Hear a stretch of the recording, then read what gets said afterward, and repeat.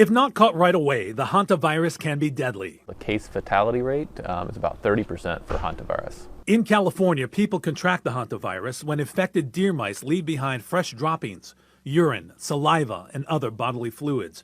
When moved, the infectious material becomes airborne, and breathing it in, potentially deadly. The symptoms typically take a week to a month to show up, and those symptoms are similar to the common cold. A headache, sometimes nausea, vomiting as well, but headache and fever, general body aches, which often can go along with the flu as well. With those types of symptoms, most wouldn't suspect hantavirus.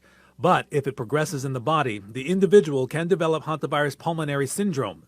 The person's lungs begin to fill with liquid, making them feel like they're drowning. And that's what happened to a Lake Tahoe man. The particular exposure source for this individual who unfortunately passed away has been cleaned and taken care of, and so there's no ongoing elevated risk to the public in the Lake Tahoe area. The health department says the best way to avoid getting it is to know where it comes from and avoid sweeping the virus into the air. If you have droppings around the home, if you evidence of rodent intrusion, but using like 10% bleach solution and keeping it wet so that it doesn't get airborne, but also using rubber gloves, a mask to avoid kind of having that exposure.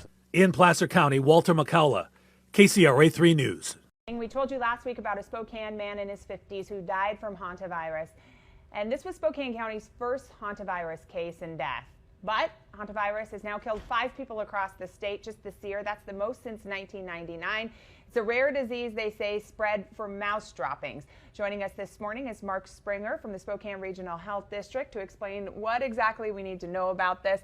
First of all, Mark, thanks for joining us. How do you contract hantavirus? Well, hantavirus is spread, like you said, through mouse droppings or mouse urine. And so what happens is people are, cleaning up areas where there's nests or droppings, and it gets aerosolized into the air as people are cleaning up, and they inhale that, and that's where they get the infection. So, the big key is, looking at a respiratory route in terms of how they get exposed. Yeah, tell me a little bit about some of the symptoms and what people experience. So the symptoms can start quite a ways after the exposure. It can be 1 to 8 weeks after the exposure. The symptoms often start as kind of a flu-like illness. People will have fever, muscle aches, cough, headache, and then that will progress to a respiratory syndrome where they'll have shortness of breath and develop acute respiratory distress syndrome, and that's where hospitalization results, and ultimately with some of those people where they die from complications from that. Yeah, so what should people know? Does it matter when you catch it on their chances of recovery? It moves actually fairly quickly once a person starts developing shortness of breath and some of those more complications that result in a medical visit. So, doctors are keen to looking for this. They know the signs to look for and what to test. As soon as people start developing shortness of breath and things like that, that they want to get evaluated by a doctor. And you said that this is a seasonal kind of thing.